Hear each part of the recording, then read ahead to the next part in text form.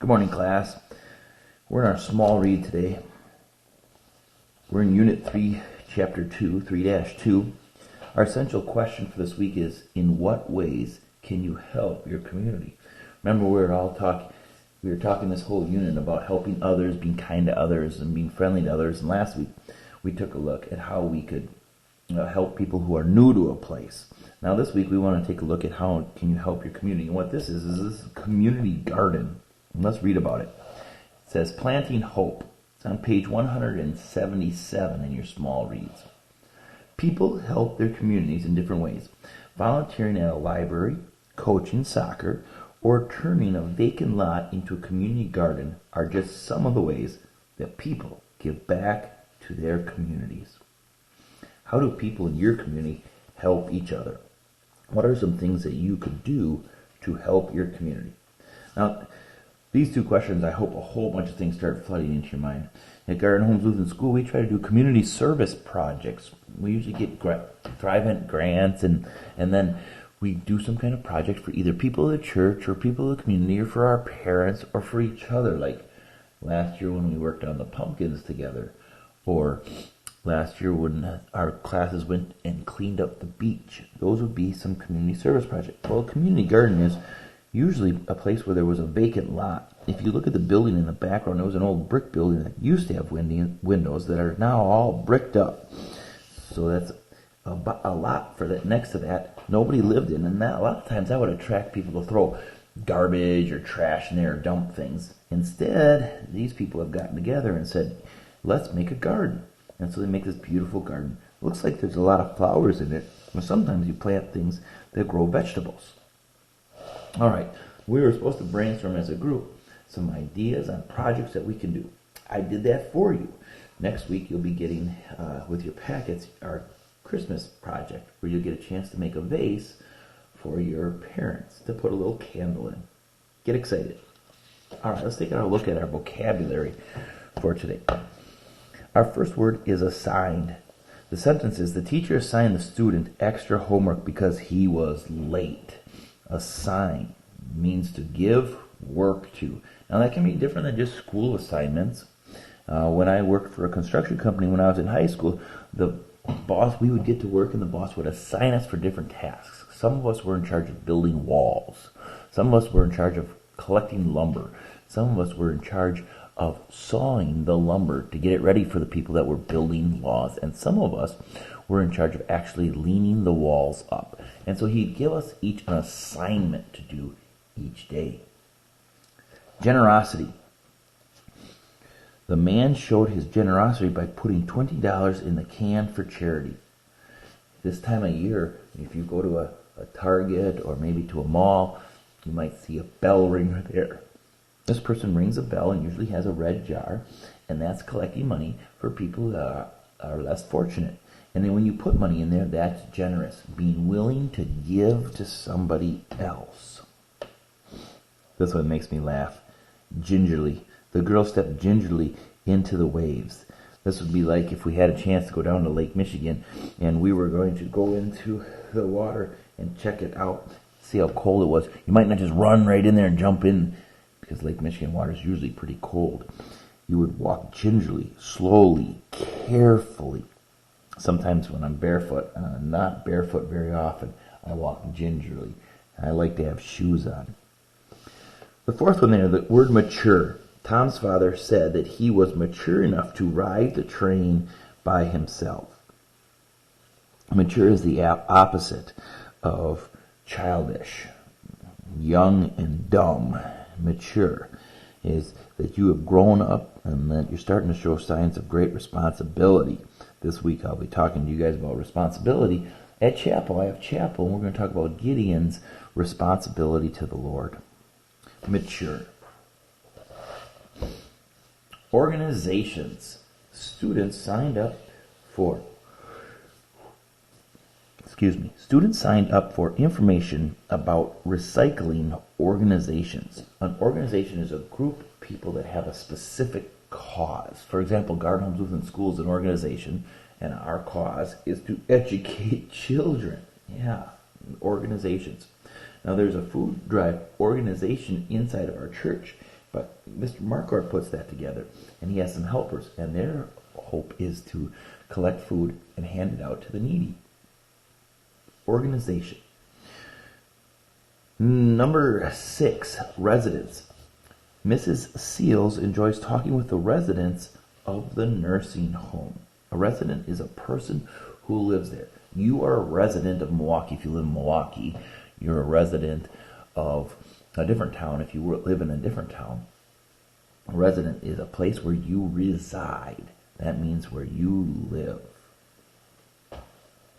Number 7, scattered. The sheep were scattered across the meadow. Scattered. The picture really helps us.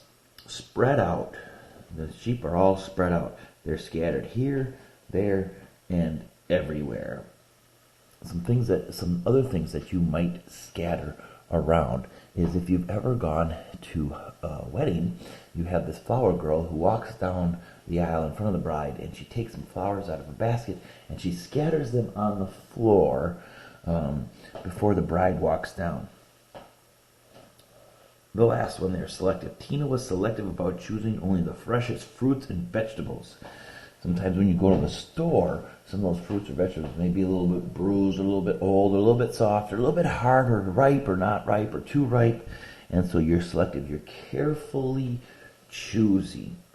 And notice we have context clues in there to help us to figure out what selective is. All right. Our story for today is super exciting because it has some parts of history in it. Now, this is realistic fiction, and fiction means that it's not true. This is a made-up story, yet it has real characters in a real setting, and it actually is based on a real story. However, our main character in the story today is made up, even though he can seem real. The other thing that we're going to learn about realistic fiction this week is that it can have something in it called a flashback. He was in this certain time of history, and it reminded him of something else, and we flash back to that, and I'll identify that when we come out. Now today I'm going to put an extra video on my Google page if you want to learn more about Hurricane Katrina, the real Hurricane Katrina, and what happened. It happened before you were born, but it was something that was pretty important. Garden Home Lutheran School felt that they should do something for all the people who suffered Hurricane Katrina. So we raised money at a chapel and then donated it to the survivors. Remembering Hurricane Katrina. Leaning over my steering wheel, I watched the heavy clouds roll in. The sky became a darker shade of gray, and raindrops were soon scattered across my windshield. A storm was coming. Glancing at the boxes of clothing stacked in the back seat, I smiled to myself. A torrential downpour of rain began beating against my windshield. As lightning flickered across the sky, I pulled the car off the road until my driving visibility improved. People on the sidewalks held purses and briefcases over their heads in a futile effort, that means it wasn't working very good, to keep from getting wet. Children screamed and danced around in the downpour. The rain reminded me of another storm 10 years earlier. Here it comes, flashback to 10 years earlier. Hurricane Katrina slammed into the Gulf Coast of the United States when I was 9 years old. The ferocious storm caused untold amounts of damage. One of the strongest memories of that time was watching the evening news with my aunt. A reporter stood inside the Houston Astrodome. Now, Houston is in Texas, and they didn't have as bad a storm there. And this is like Miller Park. It's just huge. And so a lot of people went there who lost their houses in the hurricane. Surrounded by thousands of people, they all shared the same weary expression. Many wore torn and dirty clothes, and some had no shoes on their feet. They slowly shuffled along, their faces full of sadness. So all these people had to go to this Astrodome to stay, and people tried to bring them food there because their houses were full of water from Hurricane Katrina. And now there's a news reporter reporting this, and he's watching it on TV. And this is all in his flashback. Are they here because of the hurricane? I asked softly. Aunt Lucia nodded. See, Hector, these people are from New Orleans, Louisiana. Just a few days ago, Hurricane Katrina destroyed their homes and possessions, and they lost everything they owned. So now they are temporary residents of the Astrodome. Could you imagine your house where you're living is a cot on Miller Park's big baseball field? It's a place for them to stay until it's safe to go home. I knew a lot about Katrina. The storm had formed in hot and humid tropical weather and then traveled north. It had come close to Texas. It had come so close to Texas I worried it would strike us in Houston. It missed us, but other cities were not so lucky. The TV news reporter looked around. People tried to speak to her, but she was being selective about whom she wanted to interview. I noticed a little boy sitting behind her on a cot, hugging an old teddy bear. Watching him, I knew I had to do something. So this is pretty interesting. This boy, who was 9 years old at the time, is watching this news, and he thinks, I have to help. The next day, my friends joined me as we volunteered at our volunteer club, the Houston Helpers, and together we devised a plan. We wanted to collect toys and give them to the kids at the Astrodome because donating the toys would help bring some happiness into the lives of these families. Anxious to get started, we made a list of what we needed to do. Then every one of us was assigned a specific task.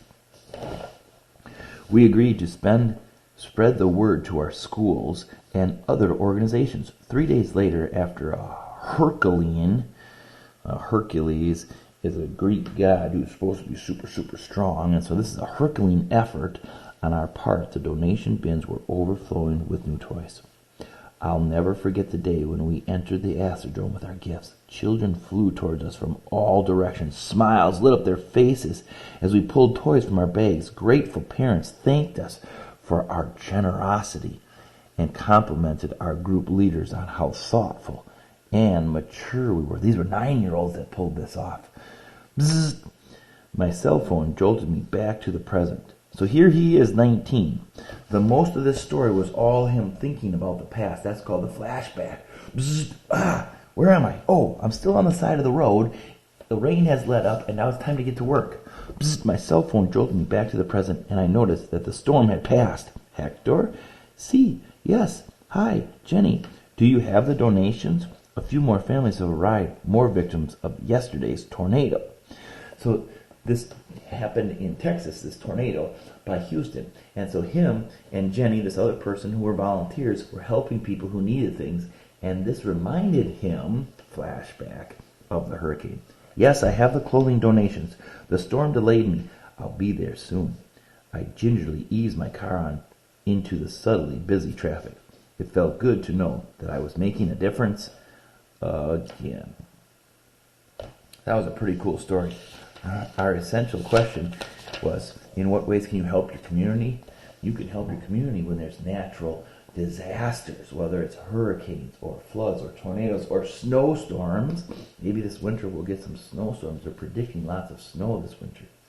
And how can you help other people out? Hector did that by donating toys way back when Katrina hit, and now donating clothes when they had a tornado. Let's check out your assignments. I like to keep my book out because it helps me. Today's assignment is to use context clues. Now we're going to use context clues this week. It's one of our 4 objectives that we'll take a look at tomorrow or Wednesday. Using context clues in each sentence to help you decide which vocabulary word fits best in the blank. Let's get started. I always put my name on the topic first because I'd like to get credit for my work. The students of the 2 volunteer blank were excited to be going on a trip. Volunteer what? Volunteer what? I'm going to turn back here to my vocabulary page. Volunteer signs, volunteer generosity, you can't no. Volunteer organizations would be perfect.